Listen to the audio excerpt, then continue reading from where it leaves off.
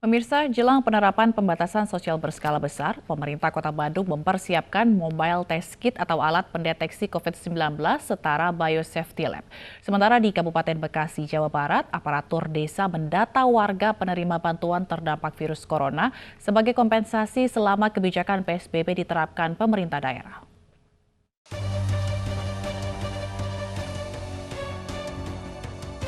Jelang penerapan pembatasan sosial berskala besar, pemerintah Kota Bandung mempersiapkan mobile test kit atau alat pendeteksi COVID-19 setara Biosafety Lab yang memiliki akurasi deteksi seperti swab test.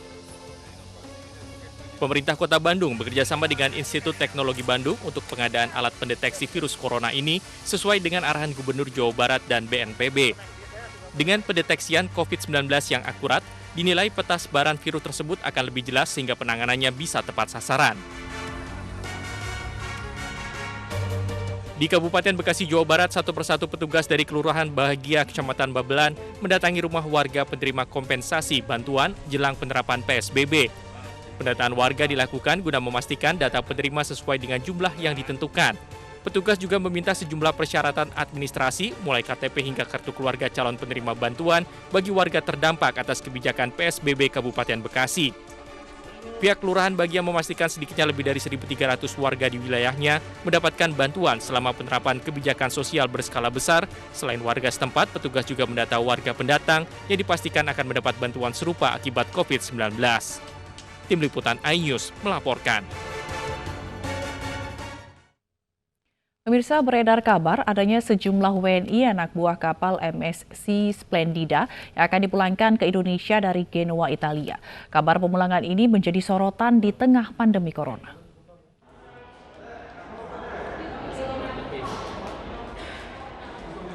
Kabar pemulangan sejumlah WNI ABK MSC Splendida Italia ini beredar usai sebelumnya sebanyak 316 WNI dari kapal yang sama dipulangkan pada akhir Maret lalu.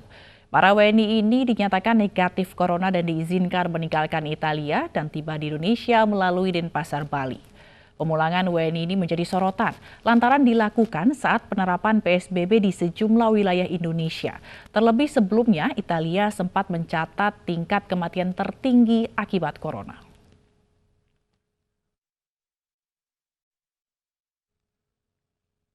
Dan untuk mengkonfirmasi kabar pemulangan WNI ABK MSC Splendida dari Italia, telah bergabung bersama kami melalui sambungan Skype Duta Besar Republik Indonesia untuk Italia, Esti Andayani. Selamat sore waktu Italia, Ibu Esti. Selamat malam waktu Indonesia, Mbak Fadila. Ya, Bu, ini terkait dengan pemulangan WNI ABK MSC Splendida ini. Apakah sudah dapat dipastikan kapan, Bu? Dan ada berapa jumlah WNI yang dipulangkan? Apakah ini termasuk 306 WNI yang dipulangkan dari Italia akhir Maret lalu?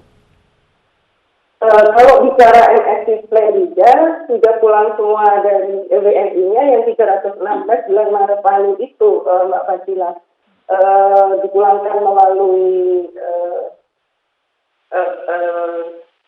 maksud saya Denpasar, Bali, dengan Qatar Airways, penerbangan komersial itu dilakukan 30 Maret. Nah, kalau yang lainnya tentunya dalam MSC juga, tetapi dengan nama yang berbeda, seperti MSC Opera, MSC Gladiosa.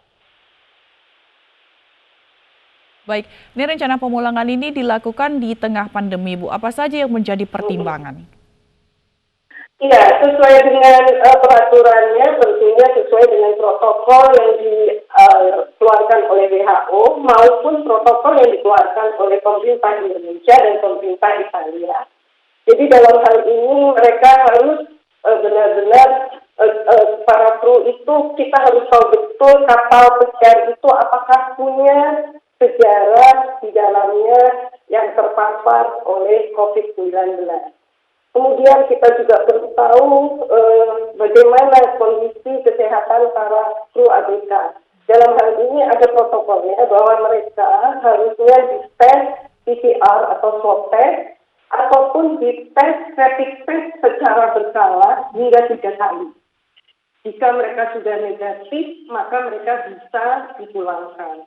Demikian aturannya, baik aturan itu berlaku di Italia maupun tentunya di dalam negeri, dalam hal ini di Indonesia. Baik, jadi hasil tesnya semuanya negatif ya, Bu? Begini, Mbak Fadila, andai kata ada yang positif, maka yang positif itu harus tidak bisa dipulangkan. Dan untuk yang negatif pun terpaksa harus ditunda dulu. Harus dikarantina selama 14 hari. Itu sudah peraturan di Italianya bahwa tidak bisa kalau mereka sudah bergabung. Karena ketika mereka kecuali ketika sebelum dites mereka sudah dipisahkan tinggal di kamar sendiri-sendiri. Yang dianggap itu sudah sebagai karantina selama 14 hari. Sehingga jika dalam sendiri-sendiri itu di kamarnya ada yang terpapar tidak akan diikut sertakan untuk pulang. Seperti itu protokolnya, Mbak Fadila. Baik ini Bu, kemudian kan terkait Italia yang juga saat ini menjadi salah satu epicentrum persebaran corona. Bagaimana mereka menyikapi pemulangan ini? Sebetulnya pemulangan ini banyak terkaitnya karena sebetulnya perusahaan sendiri yang ingin memulangkan mereka dan mereka banyak juga yang sudah seperti ketakutan karena beberapa kali jika kapalnya punya sejarah biasanya mereka tidak bisa merapat di tempat-tempat yang seharusnya mereka bisa merapat. Jadi memang mereka umumnya ingin segera pulang. Ini menjadi suatu kesulitan tersendiri bagi kita karena kadang-kadang mereka inginnya sudah segera pulang padahal ada protokol-protokol antara lain itu tadi harus karantina terlebih dahulu di sini. Jika di dalam rapid testnya ada yang terpapar mereka tidak bisa langsung pulang dan mereka harus melalui berbagai protokol. Tapi bagusnya lagi adalah jika mereka memang masih di dalam kapal, mereka akan tetap di kapal dengan berbagai protokol kesehatan yang diberlakukan di Italia. Yang agak sulit adalah jika mereka sudah terlanjur di disembark dan dalam hal ini ternyata hasil tesnya tidak clear, mereka harus tinggal di penampungan yang biasanya disiapkan oleh para principal company-nya, mereka akan tinggal di hotel dan hotel itu biasanya langsung tidak bisa lagi orang lain akan datang ke situ. Seperti itu, mereka betul-betul dijadikan hotel karantina. Seperti itu. Baik. Terima kasih atas informasinya Ibu Esti Andayani, Dubes Republik Indonesia untuk Italia, dan terima kasih juga telah bergabung bersama Ayus Malam.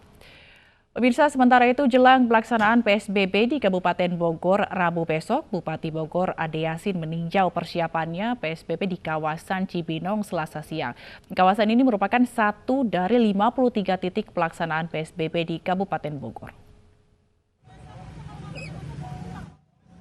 Mulai besok Rabu, terdapat 53 titik di Kabupaten Bogor akan menjadi kawasan diterapkannya pembatasan sosial berskala besar. Salah satunya yaitu Jalan Raya Bogor Cibinong yang Selasa siang ditinjau Bupati Bogor Ade Yasin. Ade melihat kesiapan wilayah ini dalam pelaksanaan PSBB. Dan kawasan ini setiap harinya dipadati oleh kendaraan bermotor dan aktivitas perekonomian.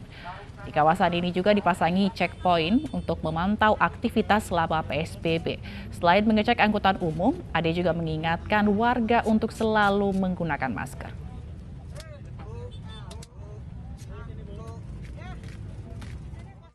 Sejumlah kota di Jawa Barat akan mulai menerapkan PSBB pada Rabu besok.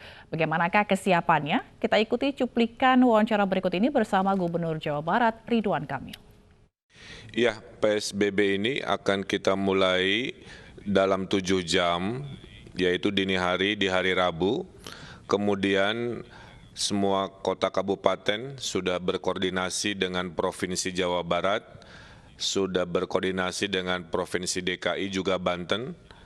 Mudah-mudahan di hari Rabu dini hari nanti semua berjalan lancar dan kami sudah siap mengirimkan bantuan-bantuan sembako di hari besok dan hari-hari selanjutnya kepada warga yang mungkin terdampak sesuai peraturan karena oleh corona yang hadir di 5 wilayah tersebut. Ya, Kang Emil, di 5 wilayah ini akan ada diterapkan PSBB secara ketat begitu atau maksimal, kemudian ada juga yang sedang.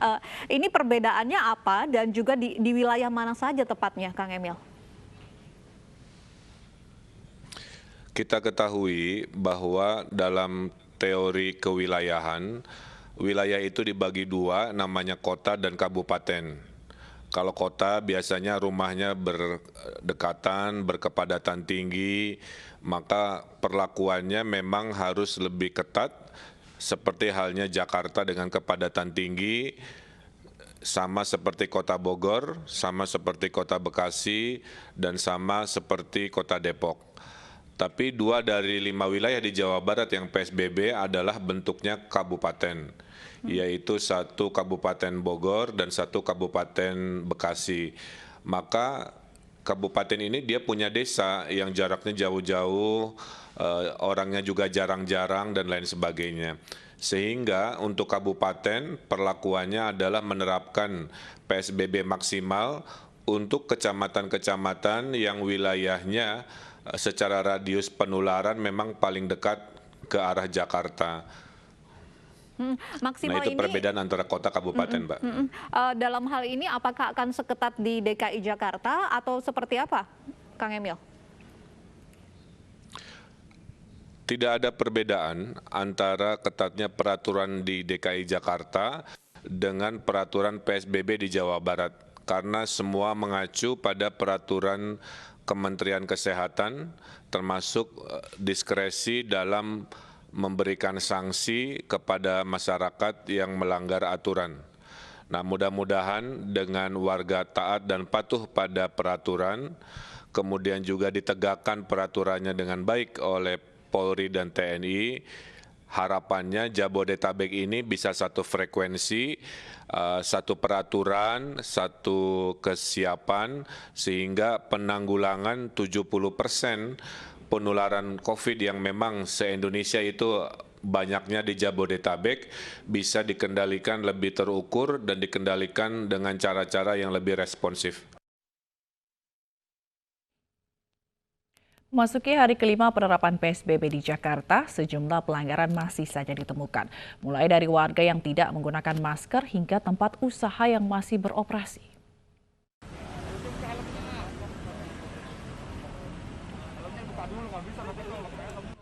Di hari kelima pembatasan sosial berskala besar atau PSBB di ibu kota, nyatanya masih banyak ditemukan pengendara roda 2 dan roda 4 yang tidak menggunakan masker.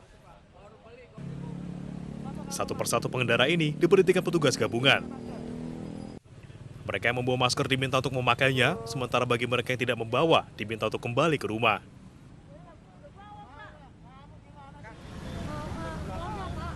Pengendara roda 4 yang tidak menaati aturan tempat duduk penumpang juga diberhentikan dan diminta untuk pindah ke kursi belakang. Nggak boleh berdekatan. Pindah posisi aja ya Bu ya. Nah dengan seperti ini gimana sih Bu, menurut Ibu bagus gak sih? Bagus lah. Bagus ya. Bagus lah, aman lah. Razia PSBB juga menyasar jumlah tempat usaha. Petugas Sudinaker Transjakarta Pusat siang tadi mendatangi sebuah salon kecantikan yang masih beroperasi dalam masa pandemi corona. Meski belum menjatuhkan sanksi, petugas menyatakan akan menyegel hingga mencabut izin usaha jika masih ada pelanggaran serupa.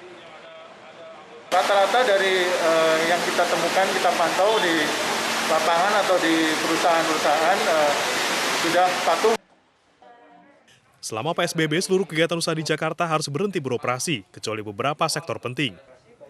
Seluruh warga pun diwajibkan menggunakan masker jika berada di luar rumah. Dari Jakarta, Rani Sanjaya, iNews melaporkan.